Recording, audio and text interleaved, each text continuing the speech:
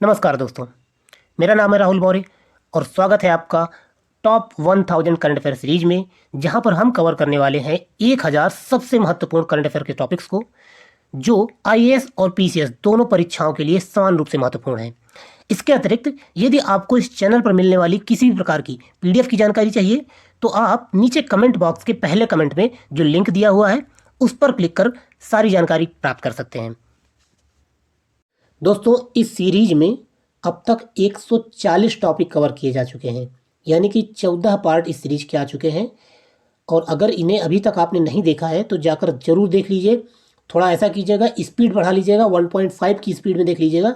लेकिन ये सभी टॉपिक बहुत बहुत इंपॉर्टेंट है आपकी परीक्षा की दृष्टि से, इसलिए इनको बार बार रिवाइज भी करना है आपको, इसलिए जल्दी से जल्दी इनको कवर कर लीजिए।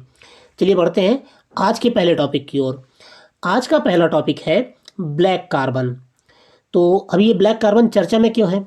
चर्चा में इसलिए है कि लोकसभा में पर्यावरण, वन और जलवायु परिवर्तन राज्य मंत्री ने ब्लैक कार्बन से निपटने के लिए विभिन्न उपायों की जानकारी दी है। तो आइए थोड़ा सा ब्लैक कार्बन के बारे में जान लेते हैं। ब्लैक कार्बन एक प्रकार का एरोसॉल है और ब्लैक कार्बन एक अल्पकालिक प्रदूषक है। अल्पकालिक का मतलब क्या है? कि बहुत सीमित समय के लिए वातावरण में रहता है, जो कार्बन डाइऑक्साइड के बाद ग्रह को गर्म करने में दूसरा सबसे बड़ा योगदान करता है। यानी कि सब पृथ्वी को गर्म कर रखने में सबसे बड़ा योगदानकर्ता कौन है? Carbon dioxide. और दूसरा सबसे बड़ा योगदानकर्ता ब्लैक कार्बन। अन्य ग्रीन हाउस गैस उत्सर्जन के विपरीत ब्लैक कार्बन तेजी से प्रक्षालित हो जाता है, यानी बहुत तेजी से ये जमीन में आ जाता है। थोड़ा समय तक वातावरण में रहता है, फिर प्रक्षालित होकर जमीन पे आ जाता है और उत्सर्जन बंद होने पर वायुमंडल से समाप्त भी किया जा सकता है। यानी कि इसको नष्ट करने का उपाय है, इसे खत्म करने का उपाय भी उपलब्ध है। और एरोसॉल में ब्लैक कार्बन को जलवायु परिवर्तन के लिए दूसरे सबसे महत्वपूर्ण मानवीय एजेंट के रूप में और वायु प्रदूषण के कारण होने वाले प्रतिकूल प्रभावों को समझने हेतु प्राथमिक एजेंट के रूप में मान्यता दी गई है। यानी कि जलवायु परिवर्तन को अगर प्रभावित करने वाले जो मानवीय एजेंट है उनमें देखा जाए तो ये दूसरा सबसे बड़ा एजेंट है। और वायु प्रदूषण के होने वाले जो प्रतिकूल प्रभाव हैं उनकी दृष्टि से देखा जाए तो ये प्राथमिक सबसे महत्वपूर्ण एजेंट है। और ब्लैक कार्बन सौर ऊर्जा को अवशोषित करता है। ब्लैक कार्बन जाहिर सी बात है काला है, और काली चीज़ें सौर ऊर्जा को बहुत तेजी से अवशोषित करती है तथा वातावरण को गर्म भी करता है। जब यह वर्षा की बूंदों के साथ पृथ्वी पर गिरता है तो यह हिम और बर्फ की सतह को ढक लेता है, और जिससे वो जो हिम की सतह है वो काली पड़ जाती है। और काली पड़ने की वजह से उसका एल्बिडो बढ़ जाता है, बर्फ की सतह का एल्बिडो बढ़ जाता है। तो एल्बिडो कम हो जाता है, बढ़ता नहीं है, सॉरी, कम हो जाता है। और एल्बिडो कम होने की वजह से बर्फ भी गर्म होने लगती है और तेजी से पिघलने लगती है। काले रंग की परत जमने से बर्फ का एल्बिडो कम हो जाएगा, और एल्बिडो कम हो जाएगा, एल्बिडो मतलब प्रकाश को परावर्तित करने की क्षमता को एल्बिडो कहते हैं। तो कोई भी सतह अपने ऊपर आने वाले प्रकाश को जितनी तेजी से परावर्तित करती है उसका एल्बिडो उतना ही ज़्यादा होता है। लेकिन यदि ऊपर काली परत आ जाएगी तो तेजी से प्रकाश को अवशोषित करने लगेगी और उसका एल्बिडो घट जाएगा। और एल्बिडो घट जाएगा तो सतह तेजी से गर्म होना शुरू हो जाएगी, और बर्फ़ की सतह गर्म होगी तो पिघल जाएगी। तो और पिघलेगी तो जाहिर सी बात है, आप जानते हैं जलवायु परिवर्तन का खतरा, और तेज़ी से जल स्तर बढ़ेगा। यह गैस डीजल इंजन, कोयले से चलने वाले बिजली संयंत्रों तथा जीवाश्म ईंधन को जलाने वाले अन्य स्रोतों से उत्सर्जित होता है। इसमें पर्टिकुलेट मैटर यानी पीएम जो है एक महत्वपूर्ण हिस्सा है, जो एक वायु प्रदूषक है। तो ये आपने ब्लैक कार्बन के बारे में जाना। आगे बढ़ते हैं अगले टॉपिक की ओर। अगला टॉपिक है जीएम सरसों। क्या है? जेनेटिकली मॉडिफाइड सरसों, आनुवांशिक रूप से संशोधित सरसों। तो चर्चा में क्यों है? चर्चा में इसलिए है कि खेतों में जेनेटिकली मॉडिफाइड सरसों, उसका नाम क्या दिया गया है? धारा मस्टर्ड हाइब्रिड 11। ये जेनेटिकली मॉडिफाइड सरसों का नाम दिया गया है। इसका परीक्षण खेतों में किया जा रहा है, और खेतों में परीक्षण करने पर इसे अधिक उत्पादक पाया गया है, यानी कि इसमें उत्पादन क्षमता अधिक है। तो जो DMH11 है ये मधुमक्खियों के प्राकृतिक परागण को नकारात्मक रूप से प्रभावित भी नहीं करती है, ये भी इसमें क्वालिटी पाई गई है। तो थोड़ा सा हम आनुवंशिक रूप से संशोधित फसलों के बारे में जान लेते हैं। जो आनुवंशिक रूप से संशोधित फसलें होती हैं ये उन पौधों से प्राप्त होती है, मतलब जीएम फसलें उन पौधों से प्राप्त होती हैं जिनके जीन कृत्रिम रूप से संशोधित किए जाते हैं। आमतौर पर इनमें किसी अन्य फसल के आनुवंशिक गुणों जैसे उपज में वृद्धि, खरपतवार के प्रति सहिष्णुता, रोग या सूखे के प्रति प्रतिरोध या बेहतर पोषण मूल्य का समामेलन किया जा सकता है। अगर मैं आपको शार्ट में समझाऊं तो जेनेटिकली मॉडिफाइड या आनुवंशिक रूप से संशोधित फसलें वो होती हैं कि जैसे कि कोई फसल है और उसके आसपास तेजी से खरपतवार उग जाती है, तो इसका मतलब है कि उसके आनुवंशिक जो जीन है उन जीन में कोई ऐसी क्वालिटी है जिसकी वजह से खरपतवार तेजी से उसकी ओर आकर्षित होते हैं और उसके आसपास खरपतवार उग जाते हैं। तो अगर उसके जीन में कुछ ऐसा परिवर्तन किया कर दिया जाए कि खरपतवार वहाँ के आसपास ना उगे तो वो फसल और अच्छी हो जाएगी। या फिर कोई ऐसा जेनेटिकल मॉडिफिकेशन कर दिया जाए कि जो उत्पादकता है वो और बढ़ जाए, यानी कि उसमें अनाज और ज़्यादा उगने लगे, तो इसे भी जेनेटिकली मॉडिफाइड करेंगे। तो जेनेटिकली मॉडिफाइड यही होता है कि जीन में कुछ ऐसा परिवर्तन कर दीजिए जिससे वो और अधिक उत्पादक हो जाए और उनके आसपास खरपतवार ना हो, वो इंसानों के लिए और अधिक लाभकारी हो जाए। तो आपने ये जाना जेनेटिकली मॉडिफाइड फसलों के बारे में। इससे पहले भारत ने केवल जीएम फसल बीटी कपास की ही व्यावसायिक खेती को मंजूरी दी थी। देखिए, जेनेटिकली मॉडिफाइड इंसानों के लिए लाभदायक है या नहीं है, इस पर भी चर्चा चल रही है, ये शोध का विषय है। तो केवल बीटी कपास, जो कपास है जेनेटिकली मॉडिफाइड कपास है, केवल उसे ही भारत में व्यावसायिक खेती की परमिशन दी गई है, क्योंकि कपास खाया तो जाता नहीं है, इसलिए ये ज़्यादा नुकसान पहुंचा नहीं सकता इंसान को, इसलिए इसको परमिशन दे दी गई। जो खाने वाले पदार्थ हैं उनको परमिशन अभी तक नहीं दी गई है, ये आपको पता होना चाहिए। हालांकि जेनेटिकली मॉडिफाइड जो सरसों है इसकी सिफारिश की जा रही है कि इसको व्यावसायिक उत्पादन की अनुमति मिल जाए। तो जीएम सरसों के बारे में थोड़ा जान लीजिए कि जो धारा सरसों हाइब्रिड है 11 DMH11 है, ये एक स्वदेशी रूप से विकसित ट्रांसजेनिक सरसों है और हर्बिसाइड टॉलरेंट है। हर्बिसाइड टॉलरेंट मतलब जो खरपतवार नाशी होते हैं उनके प्रति टॉलरेंट है और सरसों का आनुवंशिक तौर पर संशोधित रूप है। इसके अलावा DMH11 जो है भारतीय सरसों की किस्म वरुण, भारत की एक सरसों की किस्म है जिसका नाम वरुण है, और एक पूर्वी यूरोप की सरसों की किस्म है जिसको अर्ली हीरा 2 नाम दिया गया है। इन दोनों का संकरण है ये, ठीक है ना। DMH11 जो है ये इन दोनों का संकरण है। तो ये आपने जेनेटिकली मॉडिफाइड सरसों के बारे में जाना। चलिए बढ़ते हैं अगले टॉपिक की ओर। अगला टॉपिक है ग्लाइफोसेट। क्या नाम है? ग्लाइफोसेट। ग्लाइफोसेट क्या है? ग्लाइफोसेट एक खरपतवार नाशी है, ठीक है ना, खरपतवार नाशी है, लेकिन ये चर्चा में क्यों है आइए देख लेते हैं। तो कृषि एवं किसान मंत्रालय, जो किसान कल्याण मंत्रालय है, उसने मनुष्यों और जानवरों में, मनुष्यों और यहाँ पर जानवरों होना चाहिए, जीवों में, मनुष्यों और जीवों में ग्लाइफोस जानवरों में ग्लाइफोसेट से स्वास्थ्य संबंधी खतरों का हवाला देते हुए, जो ग्लाइफोसेट है ये यहाँ पर ग्लाइफोसेट होना चाहिए। मैं फिर से एक बार पढ़ रहा हूँ। कृषि एवं किसान मंत्रालय ने मनुष्यों और जानवरों में ग्लाइफोसेट से स्वास्थ्य संबंधी खतरों का हवाला देते हुए इसके व्यापक रूप से इस्तेमाल होने वाले शाकनाशी ग्लाइफोसेट के उपयोग को प्रतिबंधित कर दिया है। नई अधिसूचना में यह कहा गया है कि कंपनियों को इसके निर्माण या बिक्री के लिए जो प्राप्त होने वाला रसायन पंजीकरण है वो अब उन्हें लौटाना पड़ेगा, और ऐसा ना करने पर कीटनाशक अधिनियम 1968 के तहत उचित कार्रवाई की जाएगी। इसलिए अभी ये चर्चा में आ गया। तो ग्लाइफोसेट की जो कंपनियां बना रही हैं उन कंपनियों को अपना रसायन प्रमाण पत्र वापस करना होगा, यानी कि अब आप इसको नहीं बना सकते हैं। तो ग्लाइफोसेट के बारे में थोड़ा सा जान लीजिए। ग्लाइफोसेट एक खरपतवारनाशी है और इसका IUPAC नाम यानी रासायनिक नाम है N फास्फोनोमेथाइल यानी ग्लाइसिन, और इसका सर्वप्रथम उपयोग 1970 में शुरू किया गया था। फसलों तथा बागानों में उगने वाले अवांछित घास फूस को नष्ट करने के लिए इसका व्यापक रूप से उपयोग होता था। अब इसका उपयोग कहाँ कहाँ है? इसका उपयोग खरपतवारों को समाप्त करने के लिए और पौधों की पत्तियों पर किया जाता था। लेकिन पिछले 2 दशकों में चाय बागान मालिकों द्वारा ग्लाइफोसेट को अत्यधिक रूप से प्रयोग किया जा रहा है, जिसके कारण इसका दुष्प्रभाव जानवरों और मनुष्यों पर भी दिखाई दे रहा है। पश्चिम बंगाल और असम के चाय उत्पादन क्षेत्र में इसका बाजार बहुत अधिक बढ़ गया है, काफ़ी अधिक है, जिसकी वजह से मतलब इसका एक सीमा से अधिक उपयोग हो रहा है, जिससे मनुष्य पर इसका बुरा प्रभाव हो रहा है। यही कारण है कि सरकार ने इसको प्रतिबंधित करने का फैसला लिया है। चलिए बढ़ते हैं अगले टॉपिक की ओर। बस आपको पता होना चाहिए ग्लाइफोसेट है क्या। एक खरपतवारनाशी है जिसको सरकार ने प्रतिबंधित कर दिया है। अगला टॉपिक है प्रधानमंत्री विरासत का संवर्धन योजना। प्रधानमंत्री विरासत का संवर्धन योजना चर्चा में क्यों है? सबसे पहले तो आप इससे संबंधित एक मंत्रालय याद रखिएगा।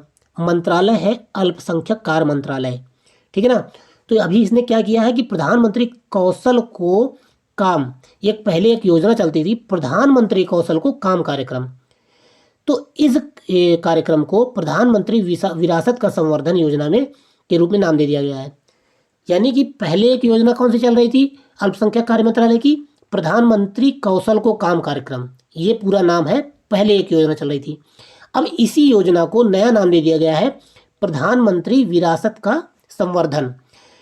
और यह एक केंद्रीय क्षेत्र की योजना है जो देश भर में अल्पसंख्यक और कारीगर समुदाय के कौशल, उद्यमिता एवं निर्माण आवश्यकताओं पर केंद्रित है। यह एक एकीकृत योजना है जो अल्पसंख्यक कार्य मंत्रालय की 5 पूर्ववर्ती योजनाओं को जोड़ती है। कौन कौन सी 5 पूर्ववर्ती योजनाएं हैं जिन्हें इसमें जोड़ दिया गया है? वो है कमाओ और सीखो। पहली योजना है कमाओ और सीखो। यह अल्पसंख्यकों के लिए प्लेसमेंट से जुड़ी एक कौशल विकास योजना है। यानी कि कौशल विकास, ऐसी कौशल विकास योजना जिसमें कौशल प्रदान करने के बाद प्लेसमेंट भी प्रदान किया जाता है, जिसका उद्देश्य अल्पसंख्यक युवाओं के कौशल को उनकी योग्यता, वर्तमान आर्थिक रुझान और बाजार की क्षमता के आधार पर विभिन्न आधुनिक पारंपरिक कौशल में उन्नत करना है। तो ये कमाओ और सीखो योजना है। अगली योजना क्या है? उस्ताद योजना। इस योजना के बारे में आपने सुना होगा। विकास के लिए पारंपरिक कला शिल्प में कौशल और प्रशिक्षण उन्नयन योजना। तो उस्ताद योजना के बारे में क्या है? उस्ताद योजना का उद्देश्य अल्पसंख्यक समुदायों की पारंपरिक कला योजन शिल्प की समृद्ध विरासत को बढ़ाना एवं संरक्षित करना, ये उस्ताद योजना का उद्देश्य है। और इसके बाद अगली जो योजना है इससे जो जोड़ी गई है वो है हमारी धरोहर। कौन सी? हमारी धरोहर। यह योजना यह भारत के अल्पसंख्यक समुदायों की समृद्ध विरासत को संरक्षित करने के लिए योजना चलाई गई थी।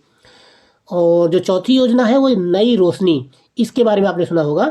यह 18 से 65 वर्ष आयु के जो अल्पसंख्यक समुदाय की महिलाएं हैं उनके लिए एक नेतृत्व विकास कार्यक्रम है, उनके एक लीडरशिप कार्यक्रम है। और इसे वर्ष 2012-13 में शुरू किया गया था नई रोशनी योजना को। अगली जो योजना है नई मंजिल। क्या है? नई मंजिल, जिसे इसमें जोड़ दिया गया है। इस योजना का उद्देश्य 17 से 35 वर्ष की आयु के 6 अनुसूचित अल्पसंख्यक समुदायों से संबंधित युवाओं, जिसमें पुरुष और महिला दोनों शामिल हैं, उनको लाभान्वित करना है जिनके पास औपचारिक स्कूल छोड़ने का प्रमाण पत्र नहीं है। मतलब कि जिन्होंने हाई स्कूल या इंटर तक ठीक से पढ़ाई नहीं की है, उनके पास प्रमाण पत्र नहीं है, उनको लाभान्वित करने के लिए ये नई मंजिल योजना शुरू की गई थी। तो ये आपने जाना इस योजना के बारे में और इससे जो जुड़ी हुई अन्य 5 योजनाएं हैं उनके बारे में। चलिए आगे बढ़ते हैं अगले टॉपिक की ओर। अगला टॉपिक है राष्ट्रीय गोकुल मिशन। क्या है? राष्ट्रीय गोकुल मिशन। ये एक बहुत पुरानी योजना है, हालांकि बहुत पुरानी नहीं, लेकिन कुछ समय पहली योजना है और अभी चर्चा में इसलिए आ गई है कि हाल ही में मत्स्य पालन, पशुपालन, डेयरी मंत्रालय ने, मत्स्य पालन, पशुपालन और डेयरी मंत्रालय ने घोषणा की है कि 50 लाख से अधिक किसानों को रोजगार दिया जाएगा। राष्ट्रीय गोकुल मिशन के तहत गाय, भैंस, सुअर, बकरी और मुर्गी जो प्रजनन फर्म है, इनके जो साइलेज बनाने वाली इकाइयों को सब्सिडी प्रदान करने की योजना है, जिसमें 50% सब्सिडी भारत सरकार द्वारा दी जाएगी। साथ ही पशुपालन अवसंरचना विकास निधि योजना के तहत लोन राशि पर 3% ब्याज सबवेंशन भी लिया जाएगा। तो राष्ट्रीय गोकुल मिशन के बारे में जान लीजिए जो इम्पोर्टेंट है। राष्ट्रीय गोकुल मिशन यह दिसंबर 2014 में शुरू की गई थी। मैंने बताया थोड़ा पुरानी योजना है और देसी गोजाति नस्लों के विकास और संरक्षण के लिए इसे लागू किया जा रहा था। जो देसी नस्ल की जो गोवंश हैं उनको उनके विकास और संरक्षण के लिए इसको लागू किया गया था। और यह योजना 2400 करोड़ रुपए के बजट के परिव्यय के साथ वर्ष 2021 से 2026 तक अम्ब्रेला योजना राष्ट्रीय पशुधन विकास योजना के तहत भी जारी की गई है। इसका नोडल मंत्रालय कौन सा है? मत्स्य पालन, पशुपालन और डेयरी मंत्रालय। और इसका उद्देश्य क्या है? तो उद्देश्य है उन्नत तकनीकों का उपयोग करके गोवंश की उत्पादकता और दुग्ध उत्पादन को स्थायी रूप से बढ़ाना। तो ये आपने राष्ट्रीय गोकुल मिशन के बारे में जाना, और पुरानी योजना है, 2014 की योजना है, लेकिन अभी चर्चा में है तो इसलिए आपको जानना जरूरी है। अगला टॉपिक की ओर बढ़ते हैं। अगला टॉपिक है योट्टा D1। क्या है? योट्टा D1 बिल्कुल नया नाम है, सीधे सीधे पूछ लेगा योट्टा D1 क्या है। निम्न में से आपको पता होना चाहिए कि योट्टा D1 क्या है। तो योट्टा D1 जो है ये 500 करोड़ रुपए की लागत से बनाया गया देश का सबसे बड़ा और उत्तर प्रदेश का पहला डेटा सेंटर है। योट्टा D1 क्या है? एक डेटा सेंटर है और देश का सबसे बड़ा डेटा सेंटर है, इसलिए बहुत इंपॉर्टेंट हो जाता है। और यूपीपीसीएस के लिए तो सबसे ज़्यादा इंपॉर्टेंट है क्योंकि ये उत्तर प्रदेश में स्थापित किया गया है। उत्तर प्रदेश में कहाँ पर स्थापित किया गया है? उत्तर प्रदेश में ये ग्रेटर नोएडा में स्थापित किया गया है। 3 लाख वर्ग फुट क्षेत्रफल में ये फैला हुआ है। अब इसका महत्व क्या है? डेटा सेंटर का महत्व क्या है? डेटा सेंटर देश की डेटा भंडारण क्षमता को बढ़ाएगा, जो कि अब तक केवल 2% थी।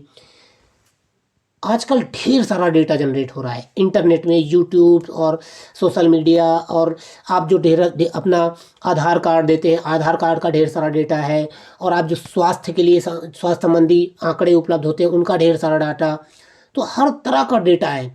अब इस डेटा को संभाल के रखना होता है। जो अलग अलग कंपनियां हैं इस डेटा को बाहर ले जाती हैं और विदेशों में इसका इस्तेमाल करती हैं हमारे डेटा को ले जाकर। तो भारत सरकार ने तय किया है कि भारत में ही एक बड़ा डेटा सेंटर बनाकर ये सारा डेटा भारत में ही सुरक्षित रखा जाए। उसके लिए कई सारे डेटा सेंटर स्थापित किए जा रहे हैं। तो ये जो योट्टा D1 है ये उत्तर प्रदेश में स्थापित किया गया भारत का सबसे बड़ा डेटा सेंटर है। और अब भारत की डेटा क्षमता बढ़ जाएगी तो दुनिया का 20% डाटा भारतीयों द्वारा उपभोग किया जाता है। दुनिया का 20% डाटा भारतीयों द्वारा उपभोग किया जाता है और भारत में केवल 2% डाटा ही संभाल के रखा जाता है। तो इसके लिए डेटा सेंटर जरूरी था। निवेश और विशाल रोजगार के नए अवसर पैदा करते हुए इससे सकल राज्य घरेलू उत्पाद में उल्लेखनीय वृद्धि होने की उम्मीद है। इसके अलावा योट्टा D1 में वैश्विक क्लाउड ऑपरेटरों के लिए इंटरनेट पीयरिंग एक्सचेंज और डायरेक्ट फाइबर कनेक्टिविटी की सुविधा है, जो इसे वैश्विक कनेक्टिविटी के लिए बेहद उपयोगी बनाता है। अब जब ढेर सारा डाटा होगा तो उसी डाटा को इंटरनेट में प्रोवाइड किया जा सकता है, तो इंटरनेट ऑपरेटरों के लिए भी ये बहुत महत्वपूर्ण हो जाता है। इसके अलावा जो योट्टा D1 है ये उत्तर भारत की 5G क्रांति का पहला स्तंभ होगा। उत्तर भारत में जो 5G स्थापित किया जा रहा है उसमें ये एक क्रांतिकारी कदम है। तो आपने जाना योट्टा D1 के बारे में, ये एक डेटा सेंटर है, ये इंपॉर्टेंट है। चलिए आगे बढ़ते हैं अगले टॉपिक की ओर। अगला टॉपिक है ईट राइट स्टेशन सर्टिफिकेट। क्या है? ईट राइट स्टेशन सर्टिफिकेट चर्चा में क्यों है? हाल ही में भोपाल रेलवे स्टेशन को यात्रियों को उच्च गुणवत्ता युक्त पौष्टिक भोजन प्रदान करने के लिए 4 स्टार ईट राइट सर्टिफिकेशन जो है वो प्रदान किया गया है। ईट राइट सर्टिफिकेशन क्या है? ईट राइट सर्टिफिकेशन फसाई यानी कि भारतीय खाद्य सुरक्षा और मानक प्राधिकरण के द्वारा प्रदान किया जाता है। और इसके अलावा ईट राइट सर्टिफिकेशन जो है, ईट राइट स्टेशन सर्टिफिकेशन या प्रमाणन उन रेलवे स्टेशनों को प्रदान किया जाता है जो यात्रियों को सुरक्षित और पौष्टिक भोजन प्रदान करने में मानक स्थापित करते हैं, यानी कि एक स्टैंडर्ड भोजन प्रदान करते हैं। एक फसाई ने एक स्टैंडर्ड एक मानक तय किया हुआ है कि भोजन इस तरह का होना चाहिए, उसमें इतने पौष्टिक तत्व होने चाहिए। तो जो इन मानकों को पूरा करते हैं जो स्टेशन, उन स्टेशनों को ईट राइट स्टेशन सर्टिफिकेशन प्रदान किया जाता है फसाई के द्वारा। और रेलवे स्टेशन को 1 से 5 तक की रेटिंग वाला फसाई पैनल की तृतीय पक्ष ऑडिट एजेंसी के निष्कर्षण पर उक्त प्रमाण पत्र से सम्मानित किया जाता है। और यह प्रमाण पत्र ईट राइट इंडिया अभियान का एक हिस्सा है। एक ईट राइट इंडिया अभियान चलाया गया था, उसी के तहत यह प्रमाण पत्र भी दिया जाता है। और ये जो प्रमाण पत्र है कुछ और रेलवे स्टेशनों को भी प्रदान किया गया है। कौन कौन से रेलवे स्टेशन है? उनमें से पहला रेलवे स्टेशन है आनंद विहार टर्मिनल जो दिल्ली का है, छत्रपति शिवाजी टर्मिनल जो मुंबई का है, मुंबई सेंट्रल रेलवे स्टेशन जो मुंबई का ही है, और वडोदरा रेलवे स्टेशन ये गुजरात का है, और चंडीगढ़ रेलवे स्टेशन ये पंजाब और हरियाणा का है। तो ये आपने जाना कि अभी तक किन किन रेलवे स्टेशनों को ईट राइट स्टेशन सर्टिफिकेशन प्रदान किया जा चुका है। तो ईट राइट मूवमेंट के बारे में, जो ईट राइट अभियान है ये चलाया गया था, उसके बारे में थोड़ा जान लीजिए।